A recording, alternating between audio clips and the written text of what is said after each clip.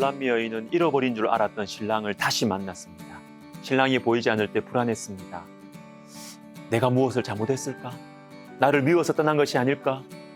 영적인 어두움이 있을 때 성도들은 하나님의 사랑을 의심하게 되죠. 자신을 돌아보는 것은 좋지만 하나님의 사랑에 대한 의심은 우리의 영혼을 병들게 합니다. 여러분, 하나님의 사랑을 의심하지 마십시오.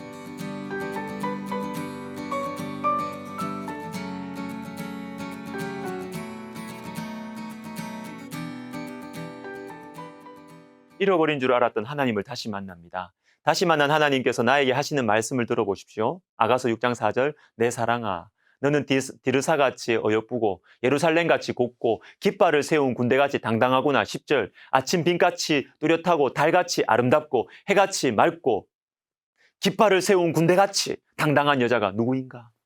나를 향한 주님의 사랑은 전혀 변하지 않았던 것이죠. 여전히 나를 예뻐하십니다. 특별히 아가서 6장 5절을 보십시오. 내 눈이 나를 놀라게 하니 돌이켜 나를 보지 말라. 나를 보지 말라. 이건 보기 싫다는 말이 아니고요. 네 눈이 너무 아름다워서 나를 놀라게 하니까, 네 눈이 너무 예뻐서 내가 감당할 수가 없으니까 보지 말라는 것입니다. 저는 오늘 말씀을 묵상하는 중에 스바냐 3장 17절이 생각났습니다. 유명한 말씀이죠. 너의 하나님 여호와가 너의 가운데 계시니 그는 구원을 베푸실 전능자이시라.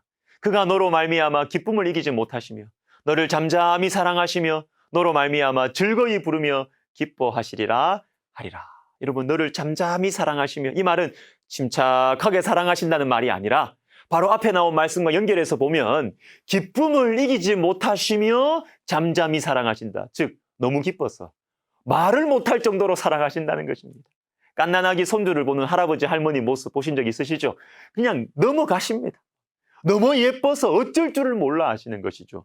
방금 본 말씀이 그런 거예요. 가슴에 차고 넘치는 그 기쁨 때문에 말을 못하겠다는 것입니다. 그런데 여러분, 이 사랑의 기쁨에 대한 노래는 당연한 말씀이 아닙니다. 이상해요. 스바냐서는 심판의 말씀입니다. 완벽한 심판에 대한 말씀이에요. 그런데 마지막에는 이렇게 사랑의 노래, 기쁨의 노래가 울려 퍼지고 있습니다. 방금 이 말씀은 구약 성경의 요한복음 3장 16절이라고 일컬어지기도 합니다. 가장 어두운 분위기 속에서 가장 밝은 노래가 울려 퍼지고 있는 것입니다. 이것을 어떻게 이해해야 하겠습니까? 스바냐서를 이해하는 데 있어서 중요한 개념들 중에 하나가 여호와의 날입니다. 그런데 이 여호와의 날은 하나님께서 죄악에서 돌이키지 않는 하나님 백성들을 심판하시는 날이에요. 심판의 날, 진노의 날입니다. 그런데 어떻게 기뻐할 수 있습니까? 아브라함 헤셜이라는 학자는 예언자들이라는 책에서 여호와의 날에 대해 다음과 같이 설명합니다. 들어보십시오. 이스라엘은 여호와의 날에 대한 약속에 의지하여 살아간다. 그날은 구원으로 연결되는 심판의 날이며 사악한 뜻이 모두 사라지고 영광스러운 시대가 문을 여는 날이다. 자, 여러분, 여기서 중요한 말은 그날은 구원으로 연결되는 심판의 날이다. 요겁니다. 요거. 여호와의 날은 심판의 날이 맞는데 구원으로 연결되는 심판의 날이라는 거예요. 이 여호와의 날, 이 심판의 날은 심판으로 끝나는 것이 아니라 바로 이 심판을 통해서 하나님 백성들 속에 임박여 있는 그 깊은 세상의 곰팡이들을 다 뜯어내고 긁어내고 그 교만과 자기 자랑을 다 제하고 나서 새 출발을 하는 날이다라는 것입니다. 그래서 노래할 수 있는 거예요.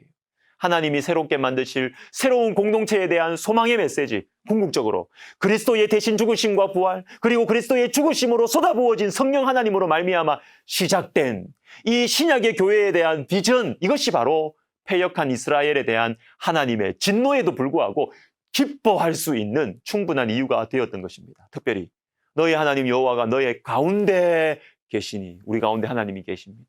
우리 가운데 우리 한 사람 한 사람의 그 영혼 속에 예수 그리스도를 의지함으로 구원을 얻고 예수 그리스도께서 하나님이심을, 그리스도께서 우리의 구원자, 우리의 생명, 우리의 영원한 진리, 우리의 영원한 친구가 되심을 아는 우리 속에는 성령 하나님께서 임재하고 계십니다. 그래서 우리를 보시면서 사랑의 기쁨을 노래하시는 것입니다.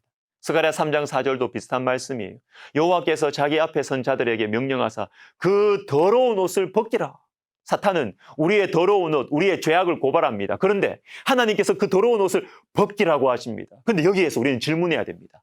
이 내 더러운 옷 그럼 어디 갔나?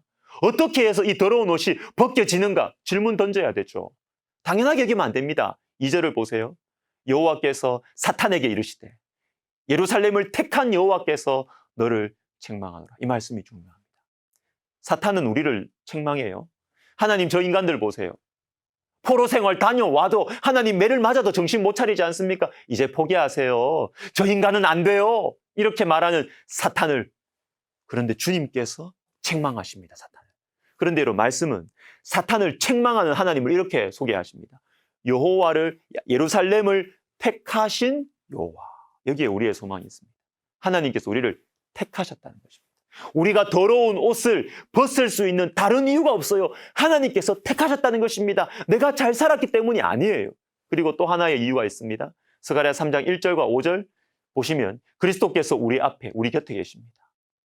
예수 그리스도께서 우리의 더러운 옷을 대신 담당하셨기 때문에 우리는 사랑받고 하나님의 기쁨의 존재가 될 수 있는 것입니다. 로마서 8장 1절, 그러므로 이제 그리스도 예수 안에 있는 자에게는 결코 정죄함이 없나니. 정죄함 없습니다. 왜요? 우리가 잘 살았어요. 이전과 다르게 살 수 있는 미래의 희망이 우리에게 있어서요? 아닙니다.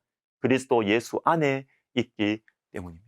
사랑하는 시청자 여러분, 우리 자신의 과거와 현재와 우리가 했던 말들과 행동들을 보면 나도 나 자신이 싫어요. 후회돼요. 원망스러워요. 그런데 거룩하신 하나님께서 어떻게 이런 나를 사랑하시겠습니까?